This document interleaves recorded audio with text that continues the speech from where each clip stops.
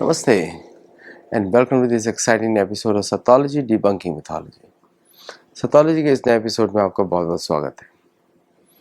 तो बहुत सारी डेवलपमेंट्स हो रही हैं कि प्रेसिडेंट ट्रंप ने 50% अभी टैरिफ लग जाएगा भारत पे 27 तारीख से, प्लस प्रेसिडेंट ट्रंप ने बोला कि साउथ कोरिया का बेस, साउथ कोरिया को प्रेसिडेंट को बोला कि वो दे दिया जाए उनको, बिकॉज वहाँ पे भारतीय अमेरिकन बहुत सारा लीज का मनी पे करें बेस के लिए।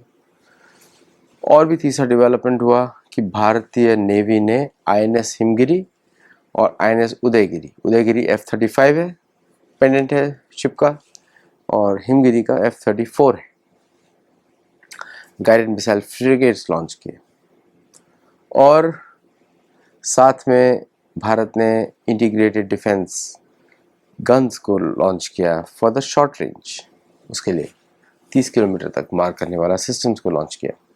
प्लस भारत ने, आपने सुना ही होगा कि जो साफरान का इंजन है उसको रिट्रोफिट करने की बात हो रही है ऑन MK2, मतलब जी की थ्रेट को उसने सीरियसली लिया।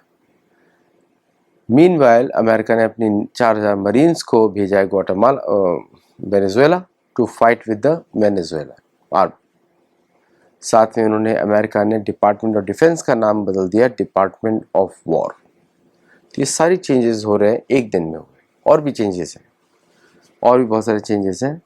और साथ में पुतिन ने यूक्रेनियन पीस डील को कचरे में डाल दिया, which we discussed.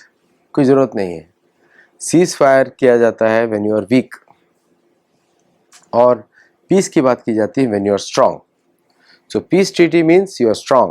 Ceasefire means you are weak. So anyone who is a weak side calls for ceasefire. Anyone who is on the strong side calls for peace. क्योंकि peace सबके लिए dividend होता है। अब देखिए क्या हो रहा है कि ट्रंप का जो पूरा जो ड्रामा है जो चल रहा है, that is actually destroying the very fabric of the USA. न US के पास इस समय पैसा है, न यूएस के पास ऐसा मैन पावर है जो उस लेवल तक अमेरिका को हेल्प कर सके।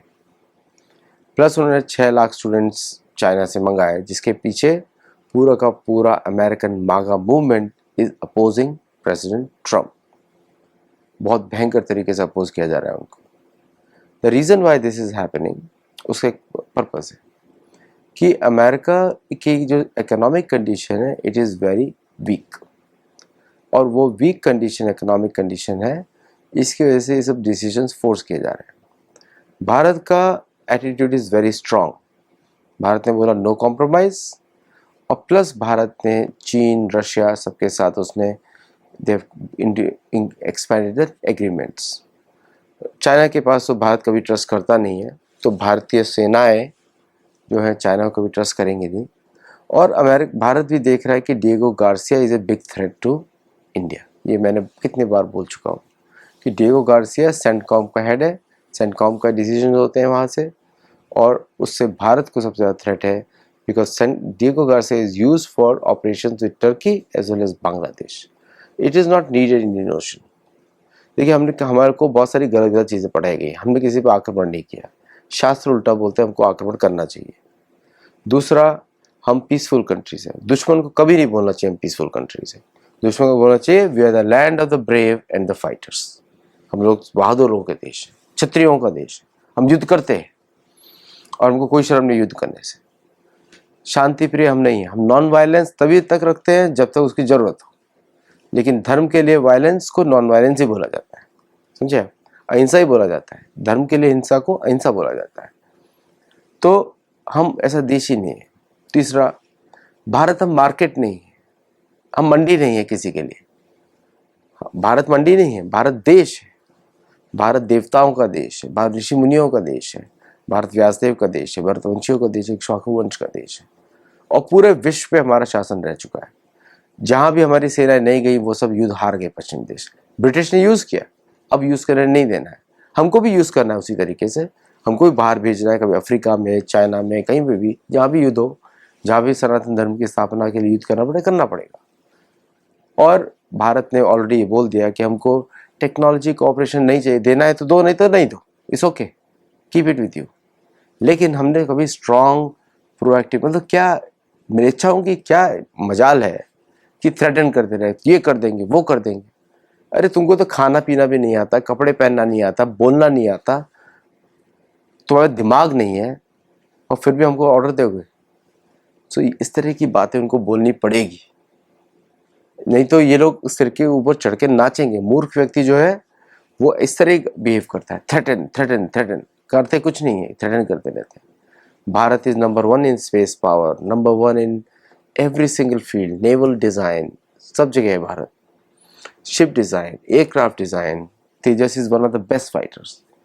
तो क्यों हम सुनेंगे किसी की? सी डैक्स कंप्यूटर भी हमने बनाया, satellite based education, satellite based communication, वो तो हमारा फोर्टे है, तो क्यों सुनेंगे आपकी किसी की?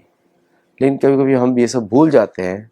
when somebody talks a little bit tough with us, तो उसकी भी हमको आदत डालनी पड़ेगी।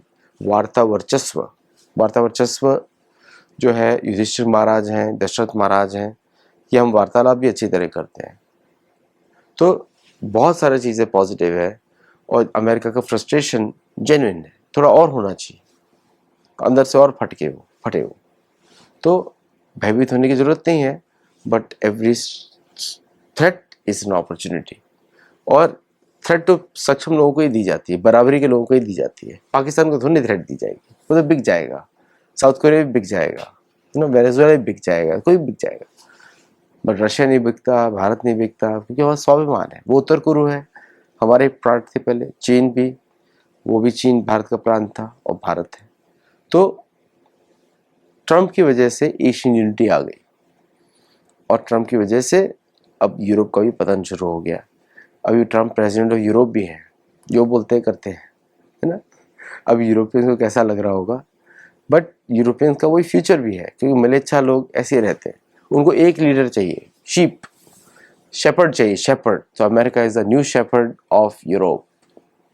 तो चलिए, अभी तक के लिए इतना ही। देखते रहिए, हमारे गुरुकुल जुड़िए, धर्म की तरह सोचिए, और हमको सपोर्ट करिए। नमस्ते, जय जगन्नाथ।